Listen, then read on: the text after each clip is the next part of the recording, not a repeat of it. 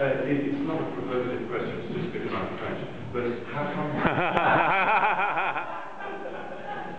how come in France, which have no, countries who have no terrorism, such as in France, it is not as complicated to try some terrorists on national soil? Or is it, I mean, is it properly done? I think you would the answer to the question. Things were very complicated when it was Algeria that was at issue. It's become less complicated now. The fact that there is a substantial Muslim population in France may make it very difficult to try cases anyplace else. And I'm not going to get into French politics. I know next door to nothing about that. But I suggest to you that it is easier because it was I mean, we found it easy, relatively speaking, to try people who bombed the World Trade Center the first time, to bomb to the people who blew up the embassies. There were a lot of security measures and so on and so forth. But people, including me, were walking around with their chests puffed out right now.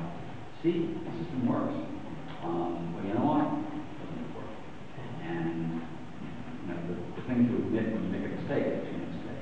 A couple more questions. To follow up on the answer to that question, as a lawyer, a French lawyer, I would say that one can make a fairly credible case that defendants don't have quite as many rights in France as they do in the United States, and this would be a substantial reason why it's a lot more difficult in the United States. The procedure you have is different.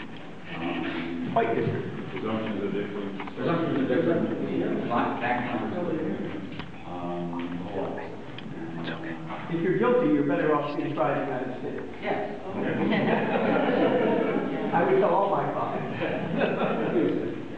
Since we're in a small group, I have a sensitive and personal question to ask. A friend of mine who's known the Witness Protection Program was one of the star witnesses on the first trial of terrorism on the TWA.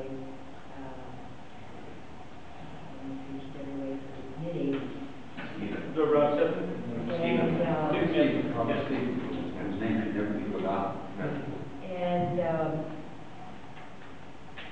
he, how do you say this, kept his part of the bargain.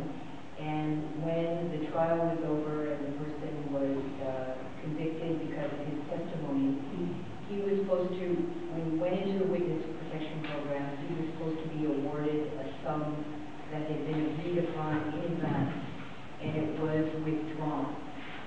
And I've never been able to find out why that happened. Or let's say it this way, it was reduced by about 95%. And it's such a key thing in bringing in terrorists to justice that the U.S. government actually keeps their promises on that. And since it was the first case and set a precedent, I'm very interested in your opinion. My view is that friends of the justice can that if it comes to my attention when I was serving, I would make every effort on that, A, how it happened, and B, turn it around. What can be done now, I don't know whether it was the case, but that is what we did, like any other contract, like any other instance to be enforced. It's unlike any other instance that involves person's life and welfare, and also involves the ability to get people to volunteer to do this. That if we have, then you can have difficulty to get civilian witnesses in cases of this sort. Katie, did you have a question? Thank you. Raise your hand. Okay, sorry. Go ahead. Steve? How is it that somebody who has committed a war crime, deliberately targeting civilians as a war crime, gets tried in the civilian court with all of the constitutional rights that Americans have?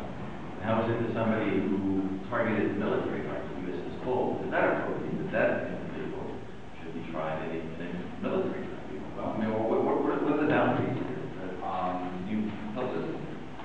Boundaries are presented by the names of language, and the ability to put the question as you put it, or the review of the question as you put it, allow the answer to be the next given.